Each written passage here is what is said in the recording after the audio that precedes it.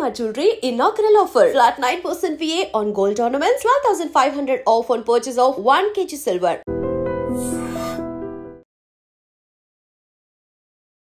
సాధారణంగా మహిళలు వంట చేసేటప్పుడు తాలింపు కోసం లేదంటే ఏదైనా కూర వండాలంటే వంట నూనె వినియోగిస్తాం, లేదంటే వేరుశనగ వివిధ రకాల నూనెను వంట నూనెగా ఉపయోగిస్తుంటాం.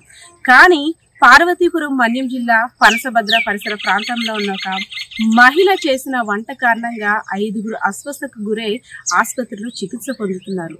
సో అంటే గిరిజన గ్రామాలు అనేసరికి మనకు ఐడియా ఉంటుంది. అడవి బిడ్డలకి కనీసం చదువుపై అవగాహన లేక తాము చేస్తుంది ఏంటో తాము తెచ్చుకుంది ఏంటో కూడా తెలియని అయోమయ పరిస్థితిలో ఉన్నారనడానికి నిదర్శనం ఈ సంఘటన అని చెప్పుకోవచ్చు. పార్వతీపురం మన్యం జిల్లాలో పనసభద్ర గ్రామానికి చెందిన శాంతమ్మ అనే మహిళ సారికందన కూరను వండడానికి వంట నూనెకి బదులుగా గడ్డి మందును వినియోగించింది. సో దాన్ని తిన్న కుటుంబ సభ్యులందరూ కూడా అస్వస్థకు గురయ్యారు. వాంతులు విరోచనాలతో వివిధ రకాల బాధను అనుభవిస్తూ ఆసుపత్రిలో చేరారు. అదేవిధంగా పక్కనున్న మహిళ ఏం కూర వండా వదిన నాకు కొంత కూరని ఇవ్వు అనగానే శాంతమ్మ ఇంట్లో తను వండిన కూరని కొంత భాగాన్ని అయితే మాత్రం సవిటమ్మ అనే మహిళకి ఇచ్చింది. సో ఆమెకు కూడా సేమ్ వాంతులు విరోచనాలు కడుపు నొప్పి తీవ్రమైన కడుపు నొప్పితో ఆమె కూడా సతమతమై ఏంటి ఇలా జరిగింది, ఎందుకు జరుగుతుంది అందరూ కూడా అని ఒక ఆలోచనలో పడ్డారు. ఏం తిన్నాం ఏం తాగామనే ఆలోచనలో పడ్డారు. అదేవిధంగా సాయంత్రం కూడా దొండకాయ కూర వండేందుకు శాంతమ్మ రెడీ అయ్యింది. తాలింపు వేయగానే ఒక్కసారిగా ఒక డిఫరెంట్ వాసనని కుటుంబ సభ్యులందరూ కూడా గమనించారు. నూనె వాసన కాదు, ఇదేదో డిఫరెంట్ గా వాసన వస్తుంది, కెమికల్ వాసన వస్తుందని చూడగానే శాంతమ్మ వినియోగించింది వంట నూనె కాదు గడ్డి మందు అని తెలుసుకున్నారు. సో వెంటనే అంబులెన్స్ కి ఫోన్ చేసి సమాచారం ఇవ్వగానే ప్రభుత్వ ఆసుపత్రి వైద్యులు అయితే మాత్రం వారికి చికిత్సను అందిస్తున్నారు. అంబులెన్స్ లో 5గురిని కూడా తరలించారు. సో వారి ఆరోగ్యం నిలకడగా ఉన్నప్పటికీ కూడా గడ్డి మందు అనేసరికి దాని ప్రభావం రాను రోజుల్లో తీవ్రత ఎక్కువగా ఉంటుంది. కాబట్టి ప్రభుత్వ వైద్యులు సూచనల మేరకు ఆసుపత్రిలోనే చికిత్స పొందాలి. కొన్ని రోజులు గడిస్తే గానీ దాని ప్రభావం పూర్తిగా తగ్గిందని కూడా చెప్పలేని పరిస్థితి ఏర్పడిందని ప్రభుత్వ వైద్యులు కూడా చెప్పారు.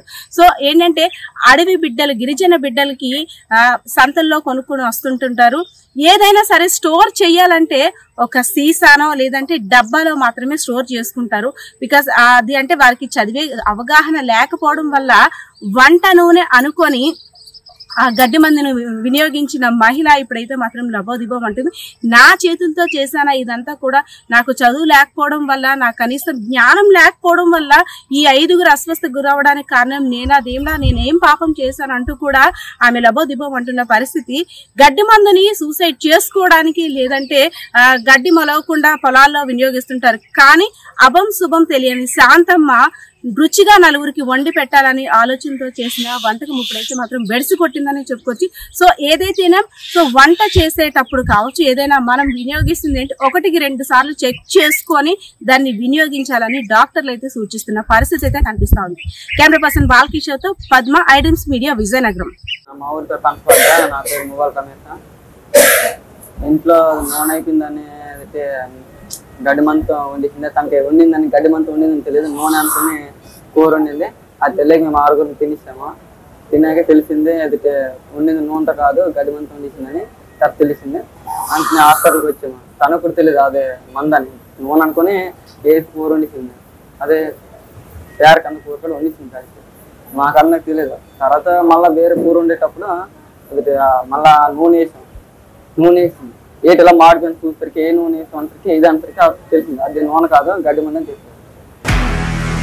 నిజంగా ప్రస్తుతం ఉన్నటువంటి సమాజం దేనికి ప్రయారిటీ ఇస్తుంది? ఆర్థిక సంబంధాల చుట్టూ మాత్రమే తిరుగుతుంది. మళ్ళీ ఎన్నికలంగానే చాలా విరక్తి కలుగుతుంది. మంచి అనిపిస్తుంది కదా, లేడీస్ కూడా ఛాలెంజింగ్ జాబ్స్ చేసినప్పుడు చాలా బాగుంటది. ట్రాఫిక్ అసిస్టెంట్స్ గా నియమించిన ట్రాన్స్జెండర్స్ అందరితో సాల్యూట్ చేయించుకుంటున్నారు. ఫుడ్ డెలివరీ ఇవ్వటానికి వెళ్ళినటువంటి డెలివరీ బాయ్ అనిల్ పై కళ్ళ ముందు